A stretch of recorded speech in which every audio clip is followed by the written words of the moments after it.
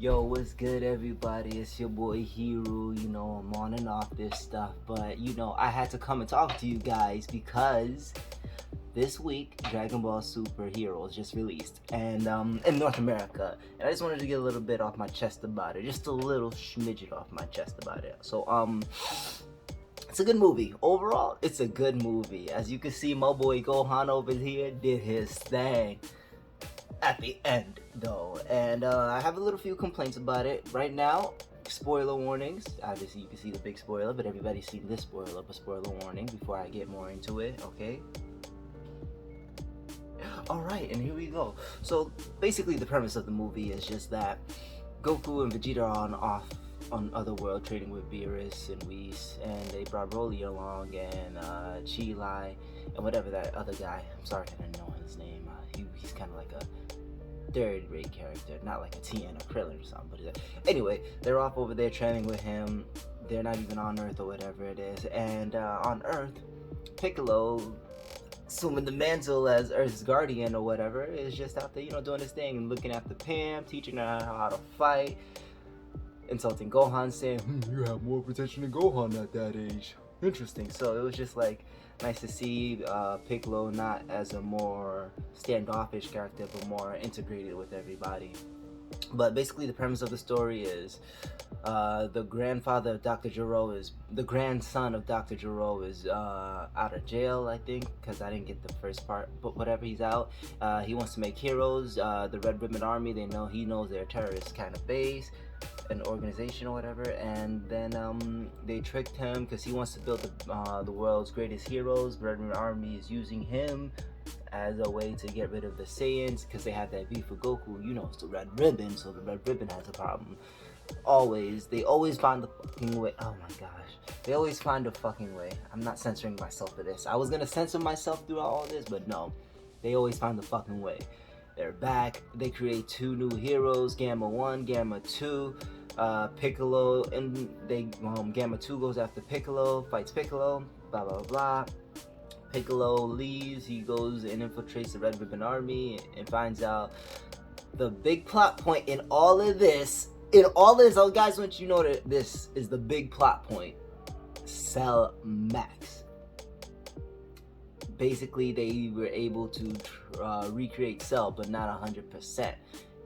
He's kind of like a bigger, badder version, but he's more uncontrollable, unstable, and he does get released later on, and is uncontrollable form and rage or whatever it is. He's big, he doesn't speak, he's more like and shit. So we don't really hear much from him. I would love to hear the snippy comments from him. So this is my new body.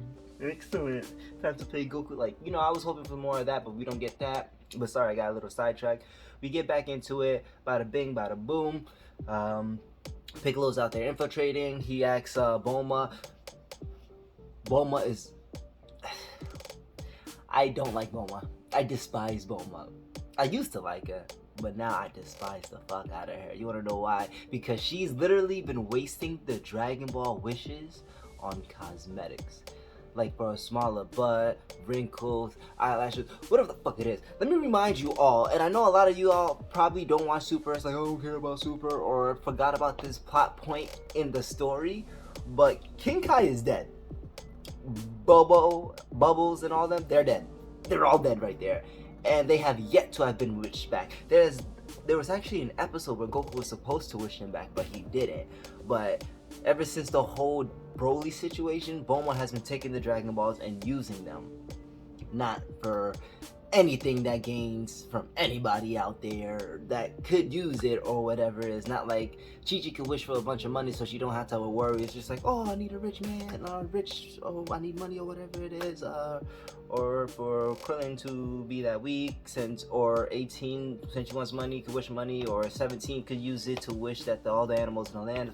You see all the important wishes, you see all the wishes that could be done for people that actually need it and shit like that. All the important things, but Bulma is using the Dragon Balls for cosmetics. That's what she's doing. She's using the Dragon Balls to make herself stay younger and look younger and appear younger. Instead of wishing for her immortality, every now and then she would just wish for small minor things that make it look like she's not getting surgery or something like that. I don't like Bulma. Bulma can eat a dick at this point.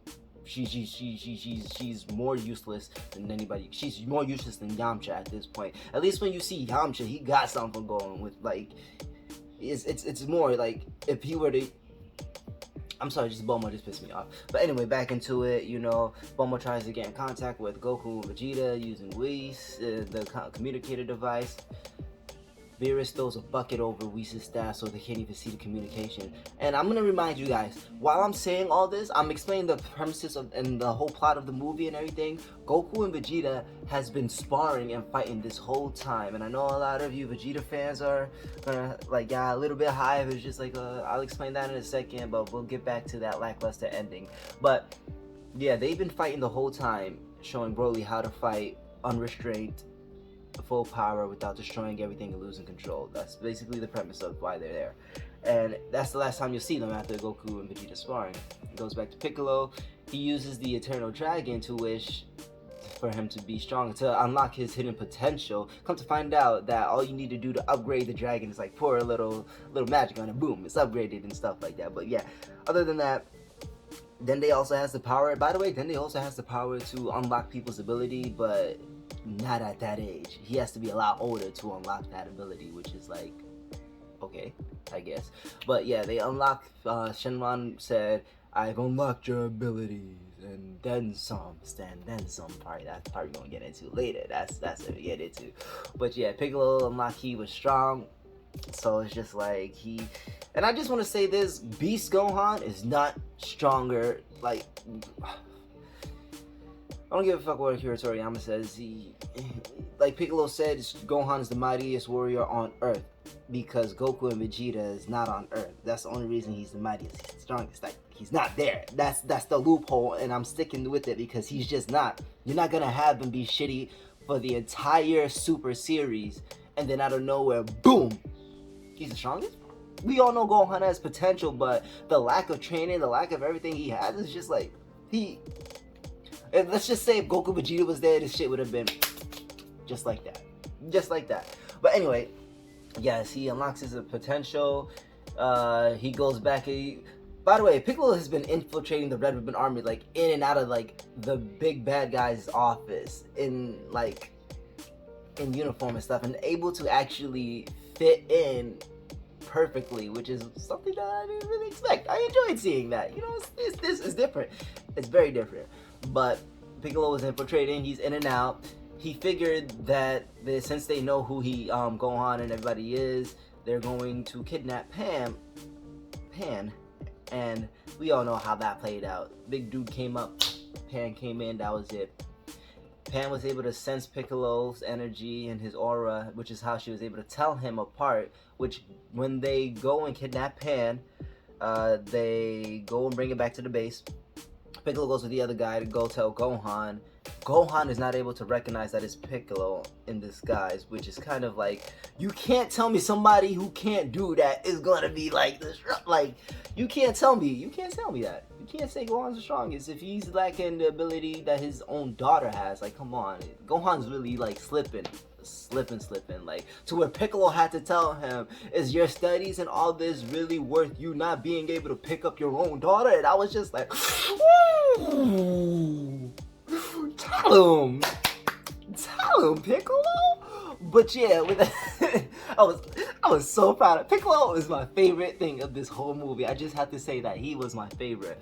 But with that being said, Gohan got pissed, got mad. We saw that Super Saiyan glow, destroyed his house. Gohan has a nice big house, but it was destroyed. And yeah, they went back to the base, and that's where the movie like picked up. That's where shit started hitting the fan. Second Gohan came, boom, dropped down, and just like, all right, where is she? Run the fist, run the fade, whatever it is. Like, Gohan, like, that Gohan was Cell Gohan. That's who we were watching that whole time. But it was a little bit less because instead of going straight to like unlock potential, Gohan has not, it's been a while, and for his instincts to kick in, Piccolo had to like pretend to hurt Pan, like have her stand, it's like, ah! He was just like this, and you could see her two hands like all the knuckles, and it was adorable. It was just like, oh, that's so cute. But it worked. Gohan said, boom, unlock potential from there. I don't even think he went Super Saiyan 2. because it's like I didn't see the electricity, and you know that's always with Super Saiyan 2. But because of that, we didn't see it. So with that being said, I think he was just fighting a Super Saiyan, but Gamma 1 and was like fighting him, and it's just like, and then Piccolo and then Gamma 2 tried to jump in, and Piccolo was like, hold up, we gotta score to Cello, my nigga. Wait a minute, took off the uniform and shit, got ready, started giving hands, and they started giving hands back to each other, but they were equal. And then Gohan was equal with the other Gamma, because Gohan was fighting him Unlock Potential for a minute. Like, they were fighting, it was just like kind of eating, they were doing some wrestling. Gohan said, suplex, boom. Gamma said, suplex, boom. So they were just like throwing out those WWE moves and shit like that. It was pretty interesting, and I was just like, now when I fight niggas is getting suplex. They were always gonna get suplex, but they're getting a Super Saiyan suplex, a SSS, you feel me? But, but yeah, they was fighting, and then, Gamma 2 caught Piccolo or something, and he fell, and it's just like, and then some. It's like you hear Shenron, and then boom, and then Orange Piccolo came through. He's just like, and all you see is Gamma 2 just like, and Piccolo just standing there like, knock that nigga the fuck out. He said, yo, it was the funniest shit ever, because it was just like that moment you realize you're fucked, and it was just perfect. Piccolo looked down and said, boom, clocked. Yo, that was like, that was beautiful. That was beautiful to me anyway. But yeah, when I saw that shit, I was just like, god damn. And I was just, all right, cool. And then they started talking, and then Piccolo started talking to Gohan. It's like, it's over, because they were, throughout the whole time, they're trying to understand, they're trying to tell the Gammas, we're not the bad guys, we're the good guys, and you've been led with false information from the Red Ribbon Army, obviously, because if you would have known that, would they have you kidnap a child? Boom, bam, a logic. Shut down anything you gotta say. I don't want to hear.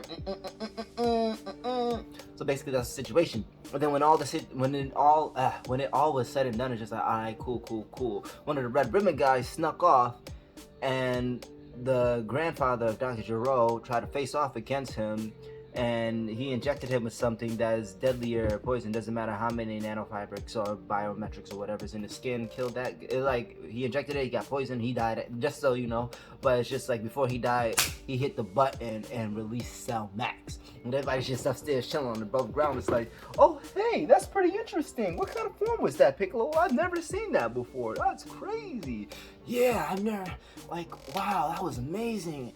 And then it's just like, you feel it, you hear it, you know, Cell Max is coming. The biggest shit that pissed me off also about this movie was when Gohan was fighting Gamma 1, his glasses, he kept going like this, and he's like, whoa, wait a minute, like with his fucking glasses. It's just like, the Saiyans need glasses? Like, do their eyes really start to go and dwindle or some shit like that? Because Piccolo even said it. It's just like, does your eyes fix itself when you go Super Saiyan? And it's just like, why does Gohan's eyes need fixing in the first place? Which is like what I was curious, and it's just like, that's an interesting shit. So I need more answers, Toriyama. I need answers about what's going on. Talk to me about this, because it's not making any sense. But anyway, and then after the thing got released, Cell Max got released, he came out, washed everybody. He came out. No, he didn't come out like that. What am I saying? He came out and like negative death ball, like boo, like when Broly first came out, and it's just like get bigger, and wiping out everything in its path and shit. And then it's just like, okay, he's here, he's big, he's bad, let's get into it. They all charge at him. Obviously, he's not gonna work it. I'm gonna try and skip this part because it was as lackluster, but at the same time, epic at the same time, because they all work together. And then Gamma 2 sacrificed himself to try, because Cell, they made a contingency plan and put a soft spot on his head. If you hit it, it shuts down. But Cell is like obviously fast and strong, he's gonna be aware of it. And then they try to do that. Gamma tried coming from above after they tried to distract it. It only took off his arm, Cell Max's arm and shit, but Gamma 2 kind of lost his life in the process, rest in the pepperoni. And then from there, Piccolo was just like trying to save him, because Cell tried to stop him, Piccolo tried to save him, and then Krillin is just like, oh yeah, by the way, Krillin came, Android 18, Pam was there, Bulma was there, Trunks and Goten was the biggest fucking disappointment ever. fuck that shit. That was fucked up because they're teens now. They're grown up and shit like that. And I'm expected to see, oh shit, finally it's canon, Super Saiyan Teen Gotenks and shit like that. But they fuck up the fusion and stay like that the rest of the fucking fight. If that isn't the biggest fuck you I've ever seen, then I don't want to be right. I don't want to hear it. Because that was, to me, was the biggest fuck you. And as I went back and looked at the poster, you all could go back and see the poster for it when they show Goten and Trunks doing the fusion dance. They're not connecting. They messed it up in the promos, in the posters too. So when I saw that, I'm just like, so you wasn't going to give it to us in the first place. You were just being an asshole. Your mother. Your whole family. Like, what? Anyway, after that happened, sacrificed himself, Piccolo came in, stepped in. Orange Piccolo came in, stepped in, saved them. And then Krillin's like, Piccolo, why don't you go big? Oh yeah, that's right. I forgot I can do that. Got big. Bing, bing, it was a giant fight. Bing, bing, bing, bing. But Piccolo got his ass washed. I can't even try and like hype him up. Like he got his ass beat. He lost his arm and everything, and he was trying to run the fade and shit like that, and it wasn't working. He got his ass beat to the point where it's just like, you gotta put everything in your attack, Gohan. Didn't work. Gohan is just sitting there watching him like this. Ah, Piccolo, no. Piccolo was getting fucked up the whole time, and then it's like one point he's in the air and just like pew, pew, pew, pew, pew, pew, pew, pew, and Piccolo's just in the air like oh, and then he fell and he got caught just like how Goku caught Napper after the beating like this. That's exactly how Cell Max caught Piccolo, and when Gohan saw that, it was like, whew. And then we got this nigga right here. He came up and said, I'm about to beat your ass. He didn't say that, but you guys get the premise. So like when he showed up, you know he was about to shut shit down. And then when that happened, he came, he fought him, and then he hit him with the special beam cannon. Boom. Gohan was untouchable. He was everything that I expected. Like, good job. And so with that being said, like yeah. Sorry, it sounded like I cut it off a little bit, but I kind of did because it's like the videos or whatever it is. But yeah, I can go more into depth with it now. I got more time. So Gohan was fighting Cell Max. He's like, boom! Oh my gosh, like this man kicked him like Vegeta kicked him. Yo, he said, ah! It was the funniest shit ever. The stars just giving him big, and then you see Cell Max like, big ass negative revenge, ultimate death bally thingy, and then Gohan is just like, alright, special beam cannon, boom, says shut that beam down, and then boom, caught him right on the dome piece and everything. Me and Cell kind of got the same dome too, so it's just like I felt them. But when I saw that, I was just like,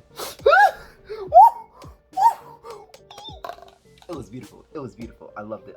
And then, you know, the comeback Pan is trying to, because in the beginning of this, I forgot to mention this because it was kind of small plot point, but not big plot point. Pan was just like, I could never imagine Daddy fighting or turning Super Saiyan or anything like that. He's always in his studies and shit. And then when she approached him, Orange Piccolo, Super Beast Gohan and shit, like, sorry, because he has Super Saiyan 2, like you see, it's like Super Saiyan 2 but silver, something to compare with Ultra Instinct. Basically, as you can see with the look, the eye says fury instead of calmness. This just two different things I guess they're trying to put. Is I guess there's instinct, there's ego, and now there's fury or animal instinct or beast or whatever the fuck you want to call it. But yeah, Beast Gohan, it's more on the, what I've learned and from the research, it's more of a primal side of Gohan, that untapped potential, that beast that he had when Cell came up, I guess, to let go and just dominate, I guess, be the Saiyan that we all know he could be, but Toriyama fucked him up. So yeah, here he is, Beast Gohan. This is the nigga. This is the OP ass nigga. This is who everybody says is like the strongest out of all of them. Goku, Vegeta, Broly. Like, this is the nigga right here. I just want you guys to see this. Know this form. Because I don't even know if we're going to see this again after this show, like this whole movie, to be honest. I don't know if this is a one and done. I don't know if they're going to implement it in the new Super that's coming out next year, because I think they're supposed to follow the Moro saga, but I don't know how does this and this collide, because it's canon, because Broly's in this, so it's like canon, and the manga is different from the anime, so to see how those two play out is gonna be very interesting. But back to the ending of the movie, like